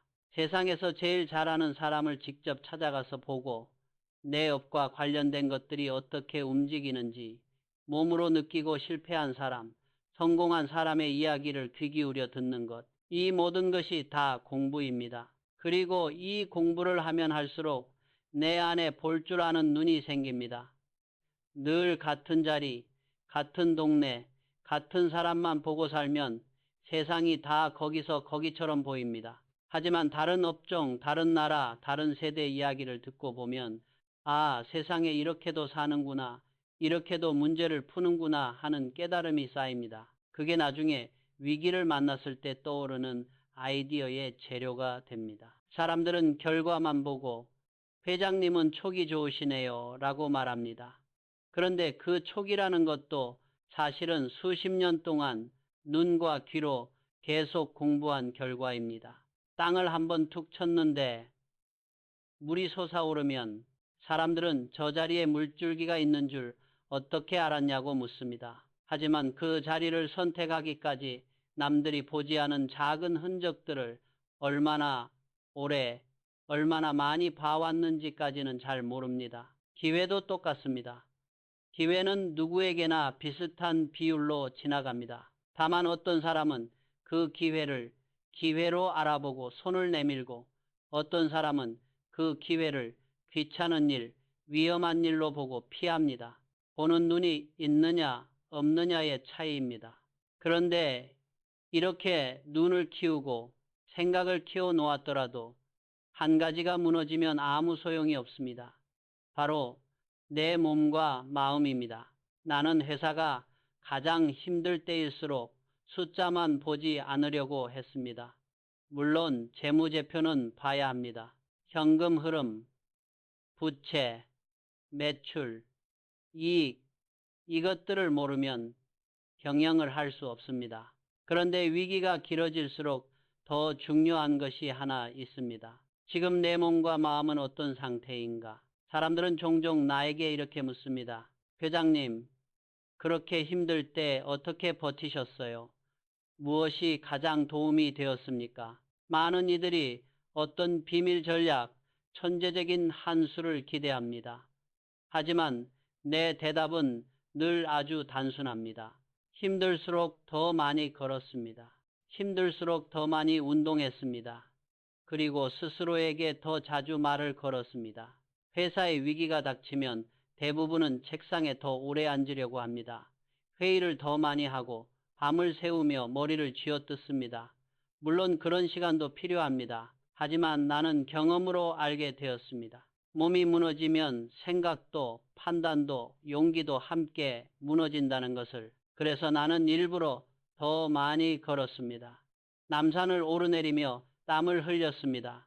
숨이 턱까지 차오르고 다리가 묵직해질 때까지 한 걸음 한 걸음 옮겼습니다. 그 시간은 단순한 운동 시간이 아니라 내가 나와 대화하는 시간이었습니다. 남산을 오르면서 나는 머릿속으로 회사 상황을 정리했습니다.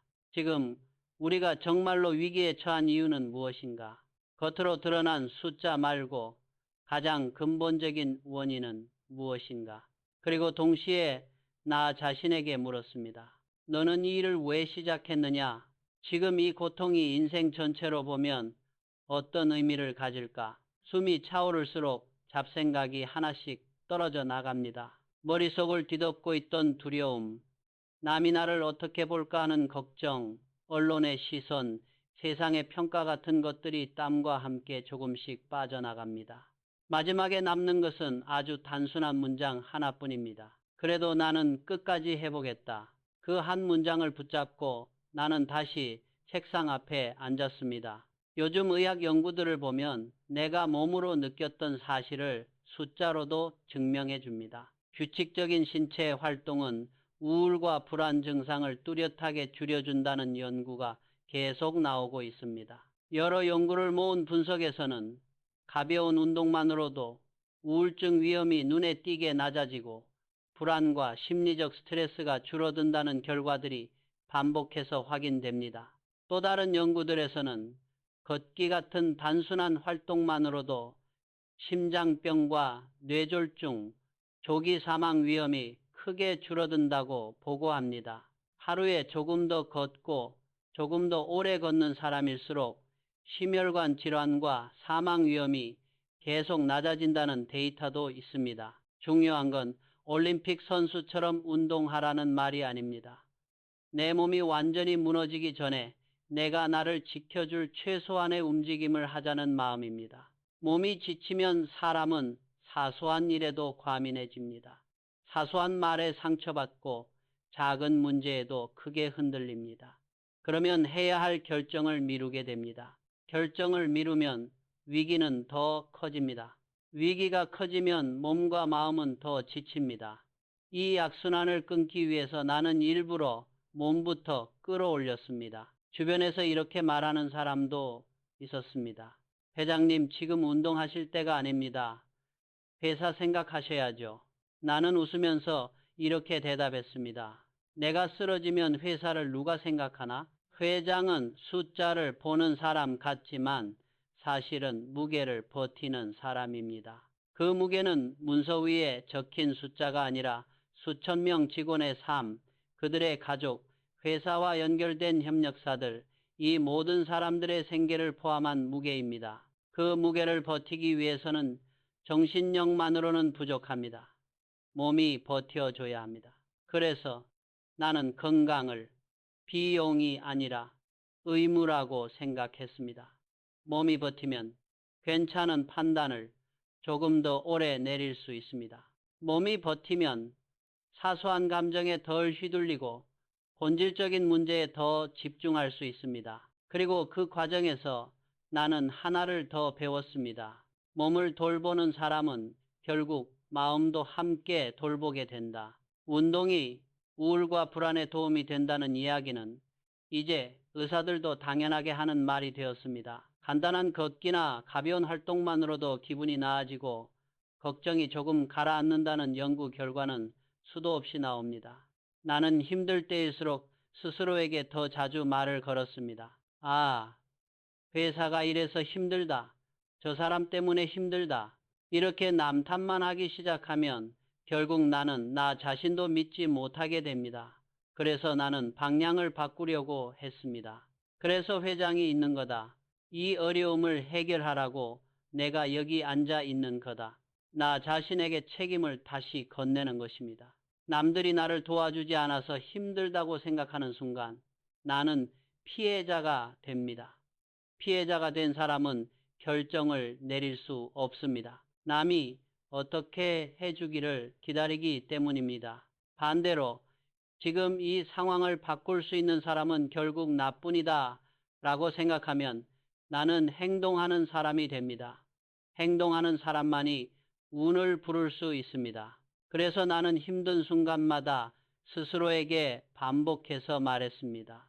나는 운이 좋은 사람이다. 왜냐하면 아직도 바꿀 수 있는 시간이 남아있기 때문이다. 이 말은 상황이 좋아져서 하는 말이 아닙니다. 오히려 상황이 좋지 않을 때일수록 더 의도적으로 꺼내야 하는 말입니다. 어떤 사람은 이렇게 말할지도 모릅니다. 그게 무슨 소용이 있습니까? 현실이 안 좋은데 생각만 바꾼다고 뭐가 달라집니까? 나도 현실을 모르는 것은 아닙니다. 빚은 실제로 존재하고 현금은 실제로 부족합니다. 망하면 정말로 끝입니다. 하지만 한 가지는 분명합니다. 아무리 현실을 정확히 본다고 해도 생각을 부정적으로 유지한 채 좋은 선택을 하는 것은 거의 불가능하다. 생각이 부정적일수록 사람은 위험을 과장해서 보고 가능성을 축소해서 봅니다. 안 된다, 끝이다, 다 소용없다 라는 말을 입에 달고 살면 눈앞에 있는 작은 기회마저도 보이지 않습니다. 그래서 나는 마음먹었습니다. 현실은 있는 그대로 보되 미래에 대한 말과 생각만큼은 절대 스스로를 배신하지 않겠다. 그래서 이렇게 말과 생각을 바꾸려고 했습니다. 안 된다, 끝이다, 못한다, 대신 어렵다. 그러나 방법을 찾겠다. 힘들다. 그러나 여기서 배우고 나가겠다. 시간이 걸리겠지만 버티겠다. 이렇게 말을 바꾸면 몸이 먼저 반응합니다. 숨을 한 번 더 깊게 쉬게 되고 회의실 문을 다시 열 힘이 조금 생깁니다. 직원들 앞에 서서 아직 포기하지 말자고 말할 용기가 조금은 생깁니다. 그 작은 차이가 하루를 바꾸고 한 달을 바꾸고 1년과 10년을 바꿉니다. 나는 지금도 내 삶을 돌아보며 이렇게 느낍니다. 나를 살린 것은 특별한 수완이 아니라 끝까지 긍정적인 말을 내 입으로 내 귀에 들리게 한 습관이었다. 여러분도 인생을 살다 보면 반드시 버티기 힘든 시기를 만나게 됩니다. 그때 이 세 가지만은 꼭 기억하셨으면 합니다. 첫째, 몸을 방치하지 말 것. 둘째, 스스로를 향한 말을 함부로 하지 말 것. 셋째, 책임을 남에게 넘기기 전에 그래서 내가 여기 있는 거다 라고 한 번 더 말해볼 것. 이 세 가지만 지켜도 운이 완전히 등을 돌려버리는 일은 생각보다 쉽게 일어나지 않습니다. 왜냐하면 운은 완벽한 사람에게 가는 것이 아니라 끝까지 버티는 사람, 끝까지 자기 자신을 포기하지 않는 사람에게 결국 한 번은 얼굴을 내밀기 때문입니다. 그리고 그 한 번이 인생을 바꾸기에 충분할 때가 많습니다. 이제까지 내가 살아오면서 깨달은 것들을 이렇게 조금 길게 이야기했습니다. 어떤 분은 속으로 이렇게 생각하실지도 모릅니다. 회장님, 결국 다 좋은 말 아닙니까? 현실은 그렇게 간단하지 않습니다. 맞습니다. 현실은 간단하지 않습니다. 부도를 앞두고 있을 때, 은행에서 압박이 들어올 때, 거래처가 한꺼번에 등을 돌릴 때, 그 순간에는 어떤 말도 위로가 되지 않습니다. 나도 그랬습니다. 그럴 때는 가슴이 쪼여오고 밤에 누워도 잠이 오지 않고 심지어 이런 생각까지 듭니다. 차라리 이 자리를 내려놓으면 편하지 않을까? 그냥 다 포기해버리고 싶다. 하지만 그럴수록 나는 스스로에게 한 가지 질문을 던졌습니다. 지금 이 자리에서 물러난다면 내 인생의 스토리는 어디에서 끝이 나는가? 사람은 누구나 자기 인생의 이야기를 써내려가고 있습니다. 오늘 한 선택, 오늘 한 말, 오늘 한 생각이 내일의 나를 만들고 10년 후의 나를 만듭니다. 그래서 나는 내 인생의 마지막 장에 이런 문장이 남지 않기를 바랐습니다. 어려움 앞에서 스스로를 포기한 사람, 나는 차라리 이렇게 불리고 싶었습니다. 끝까지 되게 만들려고 버틴 사람, 그 버티는 힘의 뿌리는 돈이 아니었습니다. 화려한 스펙도 대단한 학력도 아니었습니다.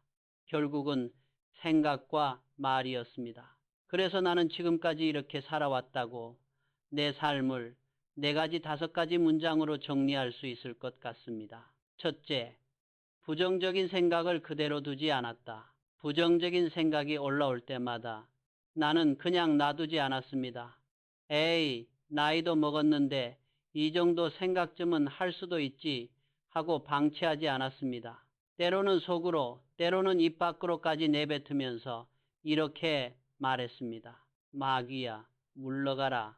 사람에 따라 표현은 달라도 좋습니다. 어떤 분은 잡생각아, 비켜라 라고 해도 되고, 야, 이놈의 쓸데없는 걱정아, 나가라 라고 해도 됩니다. 중요한 건 그 생각이 나와 다르다는 것을 인식하는 것입니다. 이 생각이 진짜 나의 전부가 아니다. 나는 이 생각을 선택하지 않을 수 있다는 태도입니다. 나는 항상 이렇게 나를 다시 정의하려고 노력했습니다. 나는 원래 맨손으로 시작한 사람이다.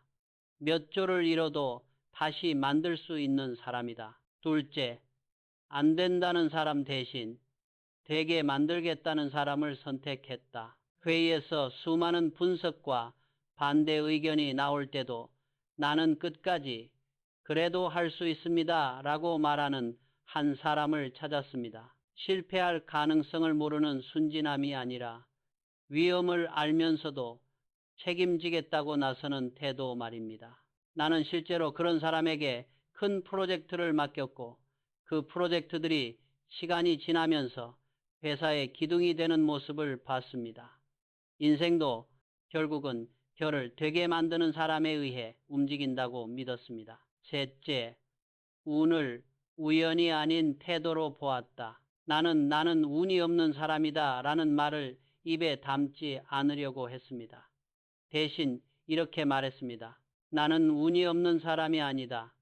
나는 아직 운을 다 쓰지 않은 사람이다. 위기를 만날수록 더 많이 배우고 더 많이 보려고 했습니다. 잘 나가는 회사, 앞서 있는 사람, 이미 그 길을 걸어간 선배들을 찾아가 보고 듣고 묻고 책으로, 강연으로, 현장으로 배웠습니다. 그 과정에서 알게 되었습니다. 운이란 어느 날 하늘에서 떨어지는 로또 한 장이 아니라 태도와 준비가 만들어내는 가능성의 확률이라는 것을. 넷째, 말과 행동을 최대한 일치시키려 했다. 직원들에게 단 한 번도 변칙을 요구하지 않았습니다. 법을 어겨서라도 숫자를 맞춰라. 편법을 써서라도 이번 분기 실적만 살려라. 이런 말을 입에 올리지 않았습니다. 왜냐하면 그렇게 해서 잠깐 좋은 숫자는 만들 수 있지만 그 순간부터 나는 직원들 앞에서 정직해야 한다고 말할 자격을 잃기 때문입니다. 말과 행동이 어긋나는 사람의 말은 시간이 갈수록 힘을 잃습니다. 반대로 말이 부족해도 조용히 묵묵히 행동으로 보여주는 사람의 말은 시간이 갈수록 무게가 실립니다. 나는 후자가 되고 싶었습니다. 다섯째, 스토리가 있는 삶을 살려고 했다. 제품 하나를 팔더라도 책임과 진심이 담긴 한 줄을 붙이려고 했습니다. 이 칼은 며느리 때까지 칼을 안 사셔도 될 정도로 오래가는 칼입니다. 이 정수기는 고장이 나도 끝까지 책임지겠습니다. 회사라는 이름이 사람들에게 어떤 기억으로 남을지, 내가 직원과 가족에게 어떤 사람으로 남을지 늘 생각했습니다. 겉으로는 화려한 말만 요란하지만 시간 속에 쌓인 스토리는 없는 삶이 아니라 버틴 시간, 정직하게 쌓은 시간이 말해주는 삶을 원했습니다. 여섯째, 몸과 마음을 함께 관리했다. 힘들수록 남산을 더 많이 올랐습니다. 운동을 사치가 아니라 회장으로서의 의무라고 생각했습니다. 몸이 버텨야 마음도 버틴다는 것을 뼈저리게 알았기 때문입니다. 이 6가지를 한 줄로 묶으면 결국 이렇게 정리할 수 있습니다. 어떻게 생각하고 어떻게 말하느냐에 따라 돈과 운이 붙을 수도 있고 떠날 수도 있다. 돈은 숫자처럼 보이지만 사실은 사람의 에너지에 반응합니다. 늘 남 탓만 하고 부정적인 말만 하고 책임을 피하는 사람에게는 돈이 잠시 왔다가도 금세 떠나갑니다. 그런 사람 주변에서는 믿을 만한 사람도 좋은 기회도 오래 머물지 않습니다. 반대로 어려움을 정면으로 보고 끝까지 방법을 찾으려 하고 스스로 책임을 지겠다고 나서는 사람에게는 돈이 한번 붙으면 점점 더 많은 기회와 사람을 데리고 옵니다. 저는 사업을 하며 이런 장면을 수도 없이 보았습니다. 운도 마찬가지입니다. 운은 특별한 몇 사람에게만 가는 것이 아닙니다. 누구에게나 비슷한 비율로 찾아옵니다. 다만 어떤 사람은 그 운이 왔을 때 보지 못하고 어떤 사람은 운이 문을 두드리기 전에 이미 포기해버립니다. 그래서 겉으로 보기에는 저 사람은 운이 참 없네 라고 보일 뿐입니다. 나는 여러분께 이렇게 말씀드리고 싶습니다. 여러분은 이미 운이 들어갈 수 있는 문을 하나 가지고 있다. 그 문이 바로 여러분의 생각과 말이다. 오늘부터라도 이 문을 조금씩만 바꾸어 보셨으면 합니다. 나는 안 된다. 대신 나는 아직 더 할 수 있다. 끝났다. 대신 어렵지만 여기서부터 다시 시작이다. 왜 나만 이래? 대신 이 경험이 나를 어떻게 키울지 한번 보자. 이렇게 바꾸는 것만으로도 여러분의 표정이 달라질 것입니다.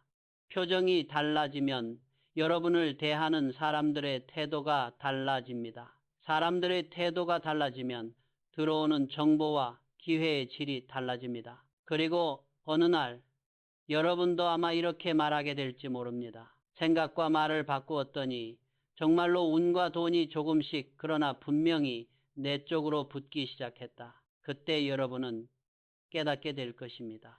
아, 결국 내 인생을 바꾼 건 거창한 한 방이 아니라 오늘 하루 내가 나 자신에게 건넨 그 한마디였구나. 여러분, 여기까지 제 이야기를 들으시면서 마음 한쪽에서는 이런 생각이 들 수도 있습니다. 그래, 다 좋은 말이다. 그런데 나는 이미 나이가 많다. 지금 와서 뭘 바꾸겠나. 저도 나이를 먹어보니 그 마음이 얼마나 무거운지 압니다. 젊을 때는 한 번 망해도 다시 하면 되지 라는 말이 그래도 입에서 나옵니다. 그런데 50이 넘고 60이 넘고 은퇴를 하고 손주가 생기고 나면 다시 시작한다는 말이 훨씬 더 두렵게 들립니다. 이제는 실수하면 안 된다. 이 나이에 모험하다가 넘어지면 다시 일어나기 힘들지 않겠나. 그래서 많은 분들이 마음속에서는 새로운 생각이 올라와도 입술 끝에서 이렇게 바꾸어 버립니다.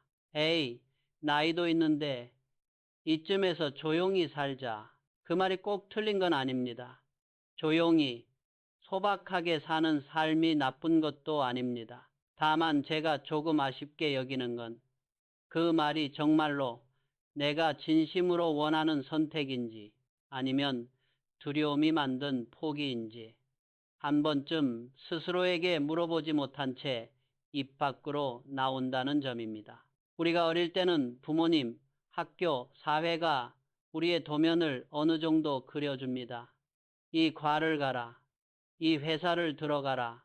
이 나이쯤에 결혼해라. 그러다 어느 날 더 이상 아무도 우리 인생의 설계도를 대신 그려주지 않는 시기가 옵니다. 바로 중년 이후입니다. 그때부터는 내가 나에게 하는 말이 곧 설계도가 됩니다. 나는 이제 끝났다 라고 말하면 설계도가 거기서 멈춥니다. 나는 아직 한 번 더 할 수 있다 라고 말하면 설계도가 한 장 더 넘어갑니다. 나이가 들수록 돈보다 직함보다 사실 이 설계도가 더 중요해집니다. 왜냐하면 앞으로 남은 시간이 길든 짧든 그 시간을 어떻게 채울지 결정하는 기준이 되기 때문입니다. 제가 아는 한 분이 있습니다. 50대 후반에 회사에서 명예퇴직을 하셨습니다. 평생 한 회사에서만 일했고 취미도 거의 없었습니다.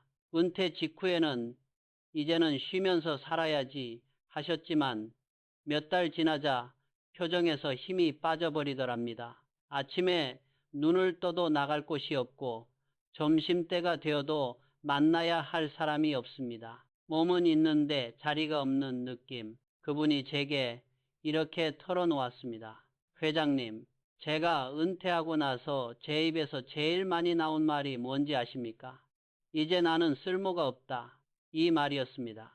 그 말을 듣는 순간 저는 가슴이 철렁 내려앉았습니다. 돈이 없어서가 아니라 자리와 명함이 사라졌다는 이유만으로 스스로를 쓸모없는 사람이라고 규정해버린 겁니다. 그래서 제가 그분에게 조용히 되물었습니다. 정말로 쓸모가 없습니까? 그럼 지금까지 30년, 40년 동안 쌓아온 경험은 다 어디로 갔습니까? 그 경험이 필요한 사람은 세상에 한 명도 없을까요? 그분이 한동안 말이 없었습니다. 그리고 나중에 이렇게 고백했습니다. 사실은요, 회장님, 저 스스로도 그 말이 틀렸다는 걸 알고 있었습니다. 그런데 쓸모없다라고 말하고 있으면 덜 아픈 것 같았습니다. 다시 뭘 해보겠다 말하면 그게 너무 겁이 났습니다. 여러분, 우리가 스스로를 향해 던지는 말은 이렇게 교묘합니다. 나는 안 된다, 나는 끝났다라는 말이 현실을 정확하게 묘사하는 것 같지만 자세히 들여다보면 사실은 두려움을 정당화하는 말일 때가 많습니다. 그래서 저는 여러분께 감히 이렇게 권하고 싶습니다. 나이 들수록 스스로에 대한 말은 더 비싸게, 더 아껴서 쓰십시오. 이 나이에 내가 뭘, 대신 이 나이에 나만이 할 수 있는 게 무엇일까? 나는 이제 뒤로 물러날 나이야. 대신 나는 이제 앞에 나서는 대신 뒤에서 받쳐줄 나이다. 똑같이 내려놓는 상황이라도 이렇게 말이 바뀌면 마음의 느낌이 달라집니다. 한쪽은 도망이고 다른 한쪽은 자리 바꿈입니다. 도망은 나를 작게 만들고 자리 바꿈은 나를 다른 방식으로 쓰게 합니다. 실제로 저는 나이가 들어서 더 빛나는 분들을 많이 봤습니다. 어떤 분은 60이 넘어서 작은 공부방을 열었습니다. 돈이 목적이 아니라 동네 아이들 봐주는 곳이었습니다. 수학, 국어 가르치는 건 학원 선생님이 더 잘하지만 그분은 자기 인생 이야기를 들려주고 숙제 봐주고 간식 챙겨 주었습니다. 아이들이 나중에 이렇게 말하더군요. 그 할아버지 집에 가면 마음이 편해요. 혼도 나는데 그래도 나를 믿어주는 느낌이에요. 어떤 분은 퇴직 후 동네 도서관에서 자원봉사를 시작했습니다. 책 정리하고 사람들에게 책을 추천해주고 아이들 책 읽어주는 일을 꾸준히 했습니다. 5년, 10년이 지나자 동네 사람들이 그분에게 이런 별명을 붙였습니다. 우리 동네 도서관장님, 공식 직함도 아니고 월급도 별로 많지 않았지만 그분은 아주 밝게 웃으며 이렇게 말했습니다. 젊을 때보다 지금이 더 바쁘고 더 보람 있습니다. 그때는 회사가 나를 불렀다면 지금은 동네 사람들이 나를 부릅니다. 여러분, 이런 분들의 공통점이 무엇인지 아십니까? 바로 자기 자신에게 이렇게 말했다는 겁니다. 나는 아직 끝나지 않았다. 다만 방식이 바뀔 뿐이다. 우리는 종종 성공이라고 하면 젊은 나이에 큰 돈을 벌고 큰 회사를 만들어 유명해지는 것을 떠올립니다. 하지만 나이가 들수록 성공의 기준은 자연스럽게 바뀝니다. 내 이야기를 귀 기울여 듣는 사람이 몇 명이나 되는가? 내가 없으면 허전해야 할 사람이 이 세상에 몇 명이나 있는가? 이 두 가지가 인생 후반부의 진짜 자산일지 모릅니다. 그리고 이 자산은 결국 내가 오늘 나 자신에게 어떤 말을 하고 어떤 행동을 하느냐에서 시작됩니다. 그래서 저는 여러분께 이렇게 제안하고 싶습니다. 오늘 하루만이라도 딱 3문장만 바꿔보자는 겁니다. 첫째, 아침에 눈 뜰 때 이렇게 말해 보십시오. 아직도 내가 할 수 있는 일이 남아있다. 그 일이 크든 작든 상관없습니다.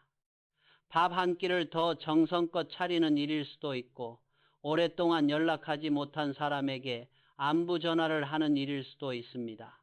둘째, 힘든 일이 떠올랐을 때 이렇게 말해 보십시오.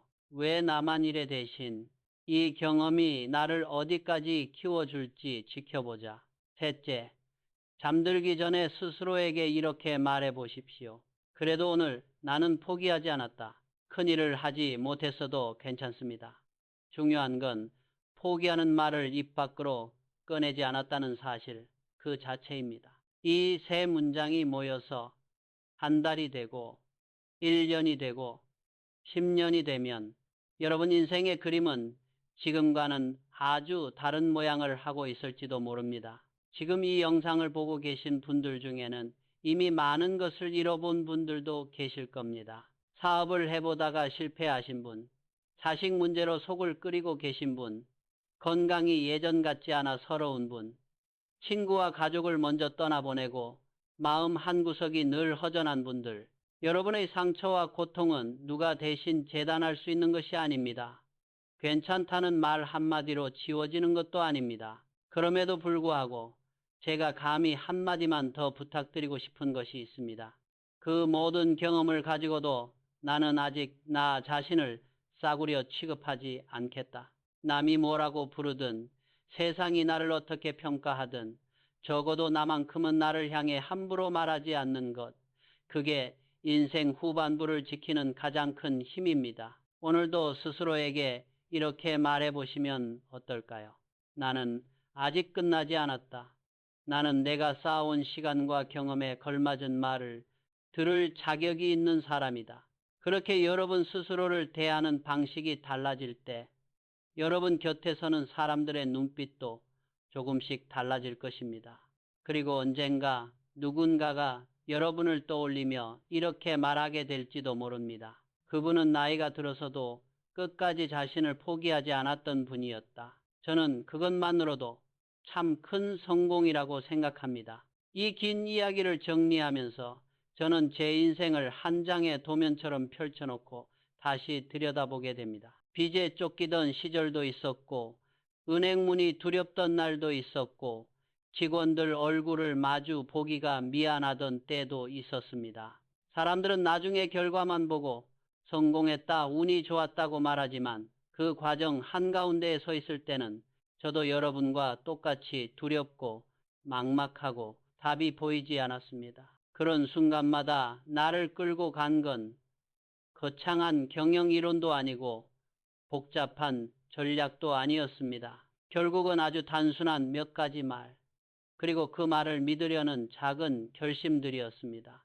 그래도 나는 아직 끝나지 않았다. 나는 운이 없는 사람이 아니라 아직 운을 다 쓰지 않은 사람이다. 지금 이 위기를 해결하라고 내가 이 자리에 있는 거다.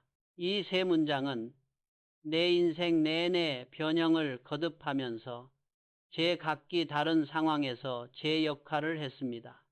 사업이 무너질 것 같을 때는 버티는 힘이 되었고, 내가 틀렸을지도 모른다는 불안 앞에서는 책임을 피하지 않게 해주었고, 나이가 들어갈수록 이제 그만해도 된다는 유혹에서 나를 살짝 한 걸음 앞으로 밀어주었습니다. 이제는 여러분께 그 자리를 넘겨드리고 싶습니다.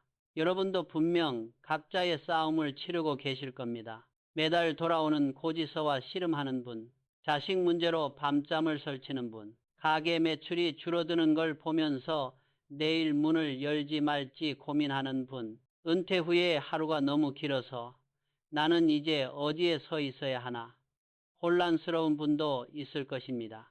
그 모든 현실 앞에서 제가 감히 괜찮다고 말할 자격은 없습니다. 괜찮지 않을 수 있습니다. 정말로 힘들 수 있습니다.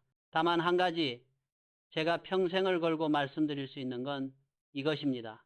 현실이 여러분을 어렵게 만들 수는 있지만 여러분이 여러분 자신에게 어떤 말을 건넬지는 여전히 여러분 손에 달려있다. 은행 잔고는 내가 마음 먹는다고 바로 늘어나지 않습니다. 건강도, 관계도, 세상도 내 마음대로 움직여주지 않습니다. 그러나 나는 끝났다는 말과 나는 아직 할 수 있다는 말 중 어떤 말을 오늘 밤 나 자신에게 들려줄지 그 선택만큼은 누구도 대신할 수 없습니다. 젊을 때 저는 숫자의 힘을 믿었습니다. 매출, 이익, 성장률, 시장 점유율 모든 걸 숫자로 관리했습니다. 그 숫자들이 회사를 키우고 위기를 이겨내는 데 필요한 도구인 것도 사실입니다. 하지만 나이를 먹고 여러 번 넘어지고 다시 일어나 보면서 점점 더 분명해진 사실이 하나 있습니다. 결국 인생을 가장 멀리까지 끌고 가는 것은 숫자가 아니라 말이다. 어떤 말을 입에 올릴 것인가? 어떤 생각을 머릿속에 오래 머물게 할 것인가? 이 선택이 우리의 시선을 바꾸고 행동을 바꾸고 결국 우리의 운을 바꾸어 놓습니다. 그래서 저는 오늘 이 마지막 자리에서 여러분께 단 하나만 부탁드리고 싶습니다. 당신이 오늘 스스로에게 건네는 그 한마디를 너무 싸구려로 만들지 마십시오. 나는 원래 안 되는 사람이야. 우리 집은 이 정도밖에 안 돼. 이 나이에 뭘 하겠냐. 이런 말들은 겉으로 보기에는 현실적인 것 같지만 사실은 여러분 스스로를 값싸게 취급하는 말입니다.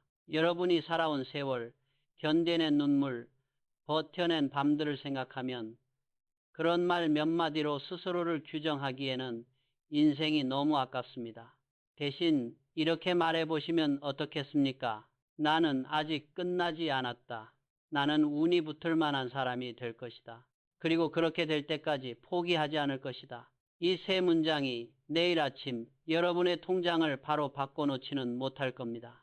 오늘 당장의 고통을 한 번에 지워주지도 못할 겁니다. 그러나 한 가지는 분명히 바꿀 수 있습니다. 오늘을 버티는 여러분의 눈빛이 달라지면 걸음걸이가 달라집니다. 걸음걸이가 달라지면 마주치는 사람이 달라집니다. 사람이 달라지면 들어오는 정보와 기회의 질이 달라집니다. 기회의 질이 달라지면 언젠가 여러분 인생의 숫자도 조금씩, 그러나 분명히 방향을 바꾸기 시작합니다. 제가 평생 사업을 하며 깨달은 가장 솔직한 결론은 이것입니다. 돈도, 사람도, 운도 결국은 어떤 말과 함께 사는 사람 곁으로 몰려간다. 늘 남 탓하고 스스로를 비난하고 포기하는 말을 입에 달고 사는 사람에게는 돈이 잠시 왔다가도 금방 떠나갑니다. 반대로 현실을 직시하면서도 끝까지 방법을 찾으려 하고 책임을 지겠다고 말하고 스스로를 향해 최소한의 예의를 지키는 사람에게는 돈이 한번 붙으면 사람과 기회를 함께 데리고 옵니다. 여러분이 살아온 길을 저는 하나하나 알지 못합니다. 하지만 한 가지는 분명히 알고 있습니다. 여기까지 살아오신 것만으로도 여러분은 이미 수없이 넘어지고 수없이 다시 일어난 사람이라는 것을, 그 시간들 하나하나가 모여 지금의 여러분을 만들었습니다. 그렇다면 이제 남은 것은 단 한 가지뿐일지도 모릅니다. 그렇게 버텨온 나를 내가 어떻게 대할 것인가? 오늘 이 영상을 보고 난 후 잠들기 전에 조용히 이렇게 한 번만 말해 보십시오. 그래, 힘들었다. 그래도 여기까지 잘 왔다. 나는 아직 끝나지 않았다. 그 한마디가 누군가에게는 별것 아닐지 모릅니다. 그러나 여러분 인생의 다음 장을 여는 아주 조용하지만 결정적인 문장이 될 수 있습니다. 한평생 넘어진 자리에서 다시 일어나 보며 살아온 한 사람으로서 저는 이렇게 자신 있게 말씀드릴 수 있습니다. 언젠가는 반드시 돈도 사람도 운도 여러분 곁으로 한 번쯤은 달라붙게 되어 있습니다. 그때까지 단 한 사람만은 여러분 편에 남아 있어야 합니다. 바로 여러분 자신입니다. 그리고 그 출발점은 언제나 같습니다. 오늘 내가 나에게 어떤 말을 건네는가?